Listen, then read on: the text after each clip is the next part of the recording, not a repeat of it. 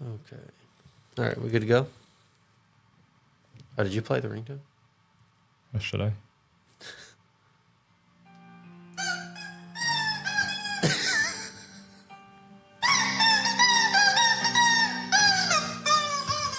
What the fuck? That's your ringtone? That is my ringtone. It went off at a dinner a month ago with some CIOs, dude. Nice. I didn't even know what it was because I just said it. I'm like, what the heck is that? Is that a chicken? And they're like, oh crap, it's me. Jeez. Ugh. That's pretty good. You live and you learn. Welcome to the Cables to Clouds podcast, your one-stop shop for all things hybrid and multi-cloud networking. Now, here are your hosts, Tim, Chris, and Alex. Hello, and welcome back to another episode of the fortnightly Cables to Clouds news podcast. And as you can tell, probably we are in a different environment. We are being hosted by none other than the Cloud Gambit, Will Collins himself. Tim's always here. Tim's here. He didn't make the drive because he's, a selfish man. Very selfish. Spend Thanksgiving with his family instead of with us. But Who does that? Come on. Who wants to spend? Nah, just kidding. Yeah, so I'm currently overseas. I'm here in Kentucky, and Will was kind enough to host us and join us for the episode today. And I'm so happy I'm here on much better terms. I don't know if I told you this, but last time I was here and we did this, I was chronically hungover. So if you go back and look at that episode, I probably look pretty sweaty and uncomfortable. I got to go back and watch it now. Maybe reshare it. Yeah, I never really noticed the difference. Yeah, you can't tell. I'm just always like that when I talk to Tim. He drives me to drink sometimes. So, but all right, let's hop into the news for this week. So, we keep saying it's a relatively slow news week, and this is pretty much the same. But I think we have some good announcements coming in here. So, in form, just like they always do, AWS has brought some announcements to the table prior to reInvent, which is taking place here in the next couple days. So by the time that you hear this, you will probably already have heard things that came out at reInvent. So bear with us on the next cycle to get those. But one article that came in from them that we've been waiting for a little while is have finally announced the availability for direct connect integration in with AWS Cloud WAN. So for those not familiar, there was a previous limitation where, if you're an AWS Cloud WAN customer and you wanted to integrate your on-premises environment with Cloud WAN, you had to basically terminate that on, you had to build a transit virtual interface or a VIF into a direct connect gateway. That direct connect gateway could only be associated with a transit gateway. So if you ever needed physical connectivity into a data center from your Cloud WAN instance, you had to use Transit Gateway. There was no direct integration. So they've since announced that, so you now can associate a direct connect gateway with a Cloud WAN instance, which is great. And they have a blog post going into detail on this, co-written by one of our previous guests, Alexandra Wiedes, and she always does a great job with this stuff. Kind of going through the different scenarios about when and how to connect things in here. And one thing I really did like about this article was that it kind of shows a flash of real network engineering that we don't often get to see in the cloud. So it's really going into the kind of details about, when you're advertising routes this way, you're setting local preference here, you're propagating here, you're using AS path in this direction. Something we don't get to see that often. So nice to see this integration finally come in, and I'm sure there's already a lot of customers looking to migrate to this to get off TGW for that purpose, to be fully on Cloud WAN. But yeah, how about you guys? How do you feel about this? I think it's awesome. I mean, really, so you're essentially being able to attach the DX gateway directly to an individual Cloud WAN segment, I guess. Yeah. So, I mean, that basically it doesn't eliminate probably a business's need to use Transit Gateway, but it eliminates how many of the Transit Gateways you have to manage. Fair like enough. The middle Transit Gateway. So less things you have to manage, the better it is for operations. Mm-hmm. On-premises is super happy in this scenario. Yeah, a big one I think is the Oh, of course, not managing stuff is great. Also, the cost implications of not having to double your infrastructure is going to be huge, right? Not having to have a transit gateway pay for the throughput, because that's how it's charged, right? It's charged by the hour, also by the gigabyte of throughput. To Cloud WAN, which is then again charging you. and Do they so, double charge that, or is it one of those they, things where it's like I think. Hold on. So the direct connect gateway, of course, the ingress is free. But I'm fairly certain. But to your point, the attachment is typically charged per gigabyte processing. I didn't know if that counted on Cloud WAN or not. I'm not actually sure about if that specific one, that leg, is charged. Yeah. I think they do actually zero out that leg of it, but you're still paying for the transit gateway, of course. Correct. Right. But and of course, to Will's point, you're paying to double, because then you've got to manage the route tables for it. You've got to manage it as a totally different piece of infrastructure. My curiosity now is, my understanding is that Cloud WAN has not had a huge amount of adoption comparatively. I'm wondering how many enterprises are going to now look at Cloud WAN as a viable option for global WAN now that this is available. So I think that's the question everybody's going to be asking. So you brought up a really good point. I was just talking to somebody about this, like literally like a few days ago, where like I remember when Transit Gateway came out and it solved such a big problem. It's like before it's, you read the announcement article and you're already like planning in the enterprise. You got to get this going. We're in VPN tunnel purgatory right now. We got to get out. Transit Gateway is our savior here. And then with, and it's easy to use. Like Transit Gateway is like so simple. Yeah. And then you get in. I mean, I don't know if you all have set up Cloud WAN. It's not exactly it's not simple. easy. It's not that trivial. It's not that trivial. You need probably a network engineer on staff. Mm-hmm. It's not your, so. Yeah, your devs are not doing that. Yeah, it's a very multi-layered service that's provided to basically be, I mean, at the end of the day, it's managed transit gateway. Right? It's a managed transit gateway mesh, a global mesh of transit gateways, right? And it's expensive to learn on too. So yes, exactly. Yeah. It's funny because, I mean, obviously, Tim and I, we all work for a cloud networking vendor. They're not the same vendor, but we all work for a cloud networking vendor. What are the chances we'd be here in the same room smiling? What do you know? But at the end of the day, our conversations that we have day to day with AWS customers are about their networking solutions in AWS. I'll tell you right now, the ones that I've come across that use Cloud WAN, I can count on one hand. Oh yeah, that's what I'm saying. And it's less than 3 fingers.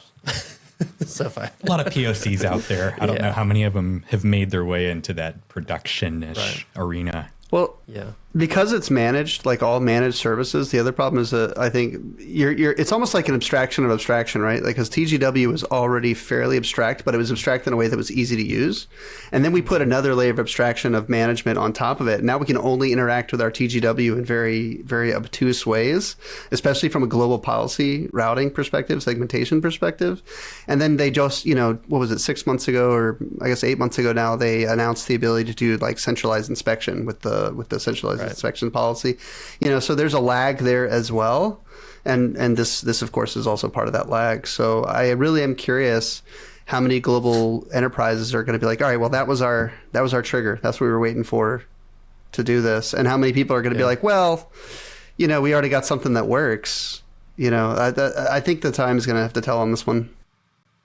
I'm actually curious. Well, so you mentioned that obviously this integration allows for the connectivity or the integration of a direct connect gateway into a Cloud WAN segment, but you're not seeing this eliminate the need for transit gateway for like what scenarios are you seeing where customers would still need transit gateway? Well, so like it's like everything in networking. So I know. So you said you would count on like one hand. I know of one, I'd say fairly sizable company right now that I've talked to.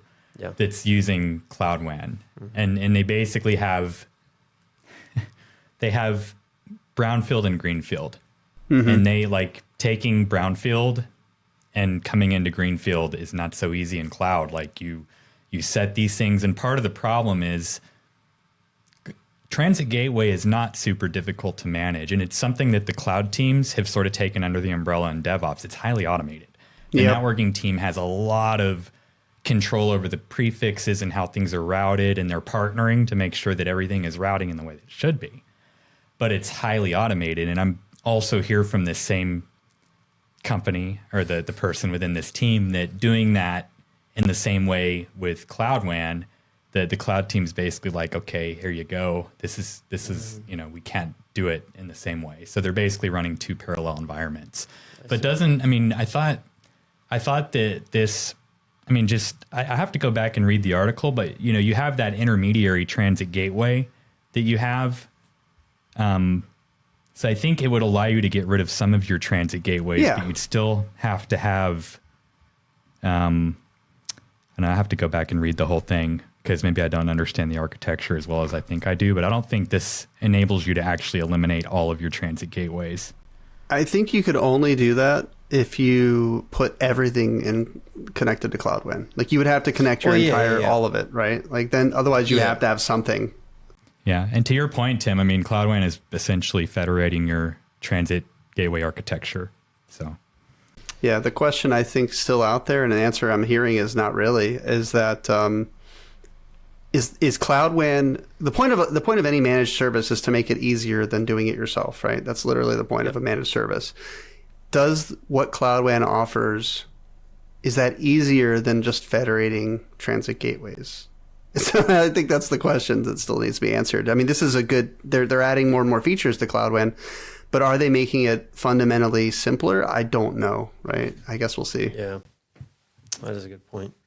Yeah, even in the article, it links to another migration, from AWS Transit Gateway to Cloud WAN best practices, and you can have just a quick skim of that article and see how complex it is, right? You need to map all these TGW route tables to your Cloud WAN segments and control all of that back and forth. So yeah, that's fair. I think to your point, there's probably a lot of customers in that lull state in migrating between the two that end up staying there forever and either backing it out or maintaining two architectures because IT just makes sense like that most of the time.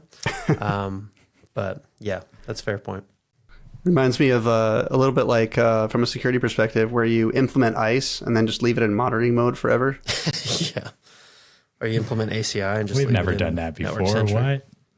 Yeah. All right. So one other announcement that came out from AWS recently I believe it was on the 26th of November.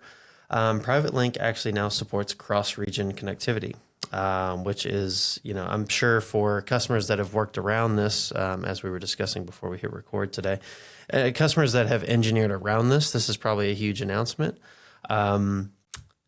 At the end of the day, I think it really just, kind of changes where you need placement of services like your load balancers for these services that you're offering through Private Link.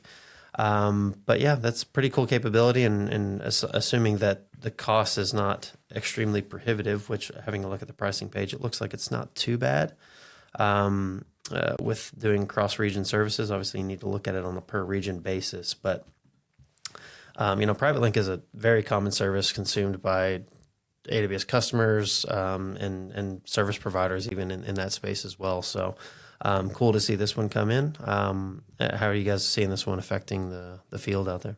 I think it would eliminate the need or the necessity for cross-region peering. Or even if you're like one of these security teams, it's like no internet, it would essentially eliminate the internet, direct internet exposure, or attack surface, or however they want to view that. Sure. So less public internet, less cross-region peering in certain circumstances, a more simplified architecture, maybe. Tim? Yeah, I think the simplified architecture is probably the big win here. Meaning that previously, since you couldn't go cross-region, you were essentially, if you were a service provider, you were setting up some version of your service in every region, and then doing a private link offering, or you were telling your customers, hey, here's where we have service offerings, go build your connector in those regions, right? So this is like a opens up the choice. That I see this and I think of like, okay, I'm a provider and I'm providing something to the marketplace, not the AWS marketplace, but like the private, the I forget what they call it. It's not the private link marketplace. You know what I'm talking about, though. Where you go search for private link services offered in AWS, and this allows them to essentially widen the net. I am curious what the cross-region peer or charges are, and it's a good point also on that, Will, with the cross-region peering, like VPC peering and stuff. That's all, that's a cost you could essentially transfer over, I guess, depending on how you built your architecture ahead of time. So if I'm thinking about it though, if I already have that there, then I probably wouldn't. Yeah, if it works, don't break. If it's not broken, don't fix it. Maybe. Yeah. I think this puts a lot of pressure on the providers to change. To start supporting it, because the people consuming private link probably aren't the ones that are going to be driving this architecture change from cross-region perspective. Yeah, I wonder how it plays into this as well. Just thinking of the aspect of if you are a service provider and you're offering a cross-region service like this, who pays to send it across region as well? Whether or not the customer, I'm sure. But that depends on the architecture, right? How the private link service is constructed, I believe, right? Whether or not you're the provider, whether or not you're the consumer or the service provider, right? Which in some scenarios, customers do both ways, right? Maybe they have. That's right. I've seen customers use things like Snowflake integrations that require one-way inbound and one-way outbound, right? So that could get pretty complex. I don't know how they would do that. Yeah, that's a good point. Yeah, because most of these providers in the middle are going to have an upcharge for value and simplicity. Yeah, right. In a way, but they also can do things that make it to where the customer has to do less things. True. So maybe it balances out, maybe it doesn't. Usually, I would say it probably doesn't.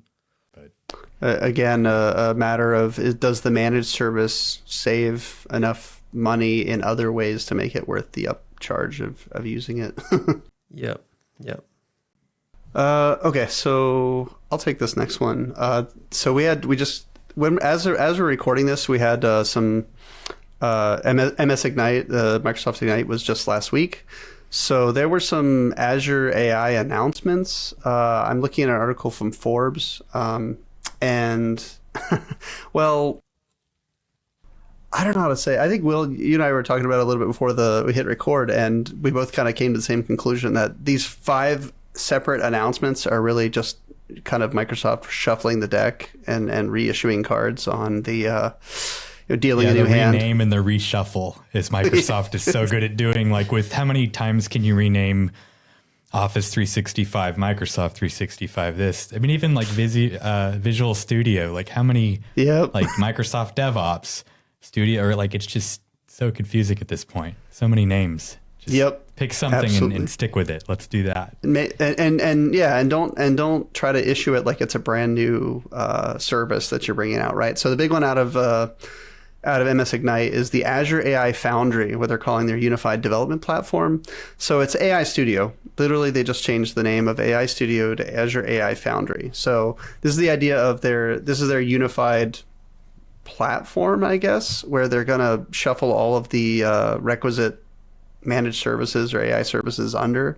So it's kind of like that's the umbrella product. Again, this already existed as Azure AI Studio to some degree. They're doing things like integration with GitHub and Visual Studio and whatnot, and I didn't use AI Studio before, so I don't know if that's actually a new offer, but my understanding is it's mostly just a rename. I mean, to kind of flip around what I just said a minute ago, and those are good points, Tim, but if you think about it too, like Microsoft's kind of I don't want to say trailblazer. Okay, they invested in OpenAI. They've been on the forefront of AI. Let's just say that they beat AWS to the punch. Like they're doing good things. They've got a lot of different products, and it's an incentive for them to make all these different things as easy to consume as possible. That way, customers don't pull their hair out, and they also sell these services easier. So maybe this renaming and rebranding. It's actually kind of nice, on the flip side, because a lot of companies don't rename and rebrand, and you have this disjointed, products and solutions across all these different areas. And you're like, what, how in the world? Okay, let's get some consultants in here to, help us out here. So it's like, maybe it's a good thing. It's like trying to figure out, okay, this is the name of the service. Does it begin with AWS or Amazon? Yeah, right. So it's a very good point, right? In terms of refusing to rebrand and reshuffle. So yeah, I mean, it is a rebrand and a reshuffle, but with usability in mind. So I mean, like for example, the second one they mentioned was Azure AI Agent Service. Again, this is a capability for making AI agents. It's part of Azure Foundry. This is AI agent focused. So I think it's interesting that we're seeing more and more agents kind of, it makes sense, but we're seeing more and more agent based development from an AI perspective, kind of the whole autonomous, like give it a set of instructions and package it, almost like Docker style, like give it a set of instructions, package it up, and that be your interface or how it start doing workloads. It mentions here that specifically they've got more than just OpenAI, right? So it's got Meta, Mistral, and Cohere, which I had not heard a lot about up until now. So this is Cohere's a Canadian company with their own LLM. The reason I know this one is because I was working with Andrew Brown on some stuff, and they have a really good developer API for their LLM. So you don't have to it's not just chatbot, right? So you can actually use API calls, and it can output stuff in JSON and stuff like that. It's pretty cool. Nice. My favorite thing about these autonomous agents was that it mentioned that these agents can leverage knowledge from diverse sources, including Bing. Thank God. Our most trusted web search platform that we love to use. But can it use Bing incognito mode? That's something Tim's very familiar with, I'm sure. Naturally. Okay, and then there's a rebrand, or not rebrand, but a reshuffle under the AI Foundry of Copilot Studio. Specifically, it mentions that Copilot Studio is, of course, basically the SDK front end or flavor, as it kind of always has been, Copilot to help you improve your development, right? So, and then the fourth one, just to round it out here, AI reports. Now, this is interesting, actually. I don't know that I don't think this existed before. This is anything called Azure AI Reports, a critical tool for enterprises seeking comprehensive insights and governance for their AI initiative. So this is this is basically what is my AI doing? What is the data that's going into it and coming out of it? Quote unquote, designed to support responsible AI development by offering granular visibility into model behavior, biases, and performance metrics across different scenarios. I don't think something like this, I haven't heard of anything like this existing outside of this thing they just announced. Is there one? That I missed it? Not that I know of. Yeah, me neither. Okay, just making sure. So your good point, Microsoft, for better or worse, they latched on fast, and they have kind of kept the ball rolling on a lot of this stuff. And I am curious to see this productization of something that really should be it should just be something that all large language models and all everything everybody supports, and you just get it. You need to know all of these things. What is my AI doing? Where's the data coming from? Where's it going? What's it doing? This should just be part and parcel. But this is the first product I'm aware of that actually is a product that does this. And then the last thing, this is interesting. Serverless GPU computing, infrastructure evolution for AI is what they're calling. So they're Azure Container Apps is what they're calling it. And it's a quote unquote fully managed serverless container service that enables, so isn't that just Docker? But anyway, enables developers to build and deploy modern cloud-native applications and microservices. Okay, so Kubernetes, actually. And I'm trying to understand, where's the AI piece of this? And the platform introduced serverless GPU support. This is the new part. Serverless GPU support allows developers to access NVIDIA A100s and T4 GPUs without the infrastructure. So using a pay per second compute. So it's a managed, it's like serverless compute, right? It's like Lambda or something, except with GPUs. I am curious from a networking perspective how that works, and it's not part of this article, unfortunately. I love it, man. If you're gonna put VMs inside containers at this point, put everything inside the containers, right? It's crazy. I mean, it really just sounds like they're trying to offload the infrastructure management for the developers, right? Just for the sake of focusing of course. on building the AI, which it sounds great. if it works. Yeah. If it works. Yeah. I mean, it really, like most to me, it things feels do. like Lambda for GPUs. That's what it feels like, pretty Lambda for much, GPUs. yeah. Right. But that's So- the thing is like we're already running into resource constraints across the board with all these things. So Especially in Europe. Yeah. Well, notice, Tim, how it says currently available in West US 3 and Australia East. Those are the Oh only yeah, two you're right. It's regions. only examples. It's the only place we have capacity or the GPUs. So please use those two. Hey, you should use your community builder credits and just wipe them out all in one run. You know.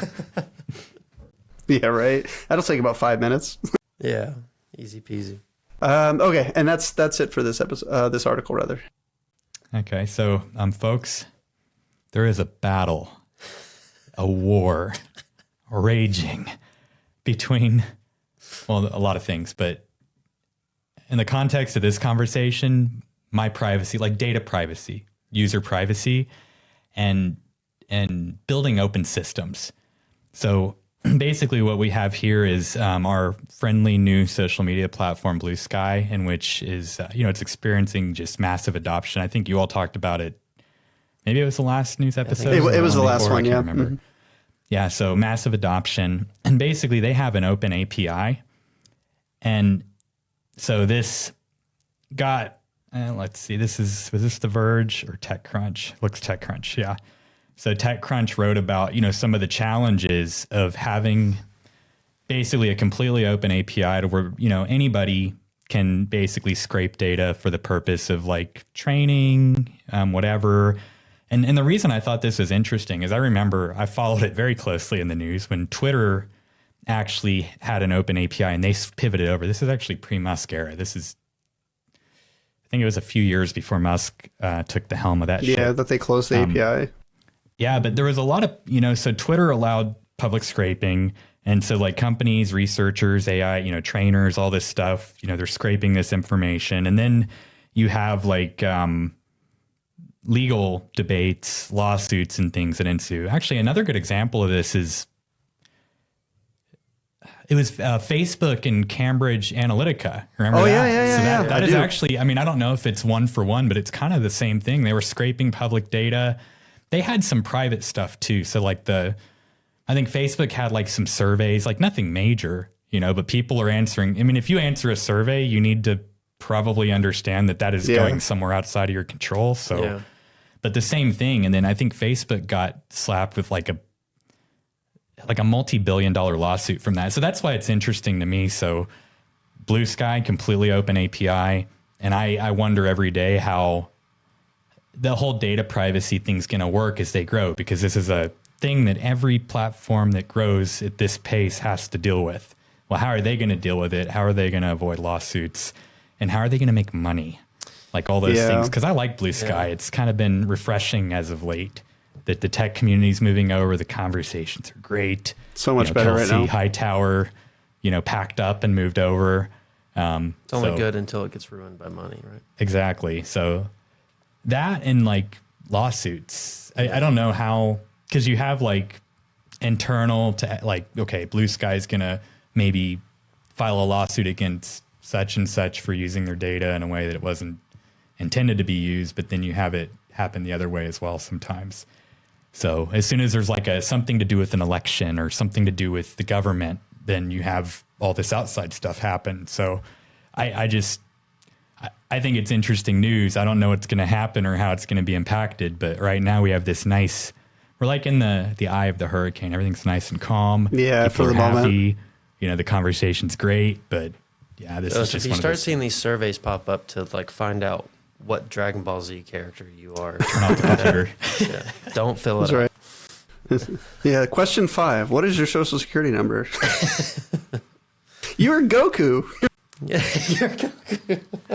Oh yeah, speaking of, you all had I know you all discussed the FTC and the Microsoft, Lena Khan and all that business on the last one, but I think it was the FTC, if I remember correctly, with Cambridge Analytica and Facebook. The FTC is the one that came in and basically ate their lunch and threw down that. I think it was like $5 or $10 billion fine they had to pay. It was huge, and Meta can sort of say, "Here you go." We got deep pockets, but for all the small companies in the world. Ugh, that's right. it's major.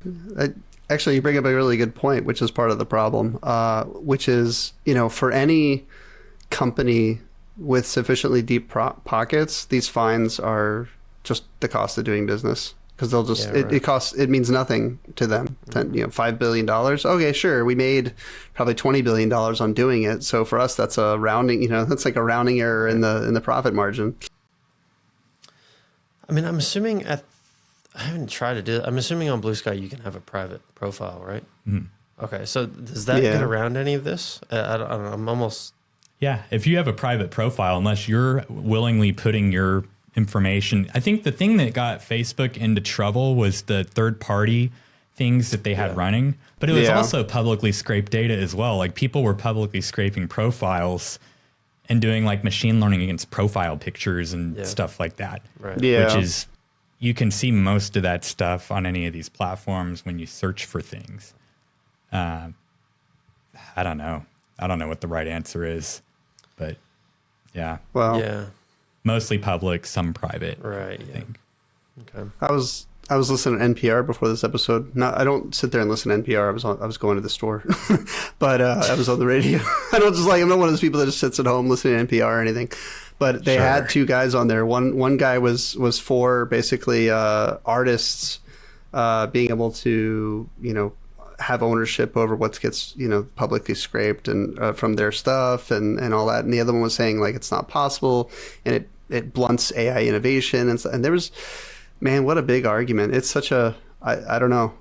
I do identify with that meme that was like, AI was supposed to make our lives easier by taking away the crappy menial stuff and leave us to do the art, leave us to do the art and the interesting things. So I don't know what the answer is either, man. So Blue Sky's good right now. That's basically the come over. Water's fine. Yeah. Like and help us try to keep it that way if you don't mind. Yeah. Let's not let any billionaires buy it anytime soon. We'll be okay. All right, last one. This one is, at least it's quite comical to me. I don't know how it's going to be to the audience, but so another announcement. I think that was this at Reignite? Yeah, it was. Reignite. Ignite. Yeah. Yeah. So Microsoft is planning to launch a purpose-built miniature PC. This is an article from The Verge, by the way. That's based on its Windows 365 cloud service next year. So it's basically it's called the Windows 365 Link. It's a very small square-shaped box. Might be similar to a different computer that you saw released earlier this year. Coming in at a whopping $349 USD. And it basically acts as a thin client. So that you can stream, you must connect to the cloud and stream a version of Windows 11. And as exciting as that sounds, this is just kind of baffling to me after, their main competitor being Apple launched a pretty powerhouse of a miniature PC earlier this year for only about $150 more than what this one costs. And that's a full-fledged personal computer under the hood. So them kind of coming into the game with this, I don't know if this is a reaction to that, but this is quite puzzling to me. Like the Chromebook already exists, man. Like, I don't know. There's got to be some like deep innovation and integration with, I don't need this to run Excel for me. You know what I mean? This. What? I mean, a good way to frame this conversation would be maybe to look back and count on our hands how many Microsoft hardware endpoint offerings actually still exist. Looking at the OEM ecosystem and, of course, Windows and stuff, they're not manufacturing any hardware to run. At least I don't think so. I don't know. Maybe they are. RIP the Windows Phone. Yeah, and the Windows Phone that like aged very ungracefully, and I don't know. They're not a hardware like Apple has. Like their business model is hardware. Mm-hmm. They don't have a cloud. I mean, they do have the personal. They have cloud, iCloud, but they don't have of course, like a public cloud offering. And their whole. I mean, I don't know how their annual revenue, how much of that goes back to iPhone and MacBook, but it's probably most of it. And then they're getting into the streaming service game. But yeah, Microsoft's tried many times to get into the hardware game. And it's, I don't think it's been their The Surface strength. seems to do well. Yeah, that's true. But like Forgot that, about like that. I can count on one hand how many successful items they've had in the last They had an iPod. What was that thing called? I had one. Zune. Until Oh, the Zune. Yeah, the yeah. Zune. I had one as well. I actually liked it. I liked my Zune, Yeah, it was actually. pretty cool. And then the Xbox, I guess. Xbox, I don't know if they can count that. I guess they can count the most recent ones, but No, I've also gone on record saying that the Xbox kind of lost to the PlayStation. Like they've said that the Xbox was not the. I mean, they still have it. It's still going, fine. though. It was going for a long time, and it was, Yeah. you could call it a success for sure. Yeah. The only thing that this looks like to me is like we remade dummy terminals essentially. Thin client, right? Thin client is just a reimagining of the dummy terminal, and it's the same. It's the same all the way down. Here, buy something really cheap. You can put on that we can mass produce and give to all of your enterprise. Like to me, this looks like an enterprise play. Like we're gonna, you can replace, instead of doing tech refreshes on your Dell hardware for your people, hey, you've got connection to Azure, just replace all the stuff with this, and do your remote desktop essentially to Windows. I'm sure if you run a call center, this probably looks great. You're like, hell yeah, give me 2,000 of them. You know what I mean? Yeah, I think that's the target. Yeah. It's definitely not you and me in the home. Now, it's not. I don't think it's really intended to compete with like a Mac Mini. Like it's I actually think it's a completely different market. Yeah. You should make everybody sure that, Tim, you should buy one and then do benchmark testing against your Mac Mini and open a YouTube channel and educate all of us on this. Yeah, I'll be like, hey man, Mystery I only topic. get like 5 FPS on my Black Myth Wukong or something. Video game. This thing is terrible. The picture show. Yeah. Yeah. See if you can run Crisis on it. Yeah, I'm gonna benchmark it. All right. With that, I think we've. I don't even know. I can't even see the timer on this one. I don't know how long we've gone. We've gone About 40, a much little longer over than 40 minutes. Oh, nice, beautiful. You're getting real good bang for your buck, and that's why we bring Will in to carry us all the way to the finish line like that. So, if you've enjoyed this episode, please subscribe, do all that stuff. Please also like and subscribe to this podcast right here, the Cloud Gambit. Featuring Will Collins and Yvonne Sharp. So that's lucky bastard. Need I say more? So with that, we will see you in a couple weeks, and all three of us will be at reInvent. So if you will be there, by the time you hear this, it's already Wednesday. Find us. We're probably hungover and ready to go Not me. home. But Not me. Tim. I can't be. Oh I yeah, can't Tim be will have his hungover. talk. Yeah, that's true. Is your talk on Wednesday or Thursday? It's Wednesday, 12 p.m. Mandalay Okay. Bay. It's on. You can see it on the session catalog on reInvent. Please Oh, come. it's in Mandalay. Yeah, it's in Mandalay. So I'm They sorry. made it as far away from the the rest of the stuff as possible. Yeah. I didn't get to pick, right, because of this. It's one of those quote unquote sponsored breakouts or whatever you call it. So yeah. Anyway, but yeah, please drop by so it's not me and the people that are got lost on the way to the bathroom. So. And I'll be on booth duty. If you want to stop by the Aviatrix booth, I'll be there. Will, where will you be? How can they find you? I will be at a booth part-time as I'll be at the Alkira booth, and I will probably be walking around, engaging with the community, maybe recording some content, and out and about. A little So, content. Yep. Sounds good. Shaking a lot of hands. Exactly. I'm going to go up to everybody and ask that. Alexis does some really cool things. Like we were at ONUG and she was walking around asking, who wins, Ethernet or InfiniBand? And she caught me off guard with that one. I just started laughing. I'm like, But pretty good video out there. The wheels are turning in my head right now, so we'll see what we come up with next week. All right, thanks again for listening, and we will see you next time. Bye-bye. Hi everyone, it's Tim, and this has been the Cables to Clouds podcast. Thanks for tuning in today. If you enjoyed our show, please subscribe to us in your favorite podcast catcher, as well as subscribe and turn on notifications for our YouTube channel to be notified of all our new episodes. Follow us on socials at Cables2Clouds. You can also visit our website for all the show notes at cables2clouds.com. Thanks again for listening, and see you next time.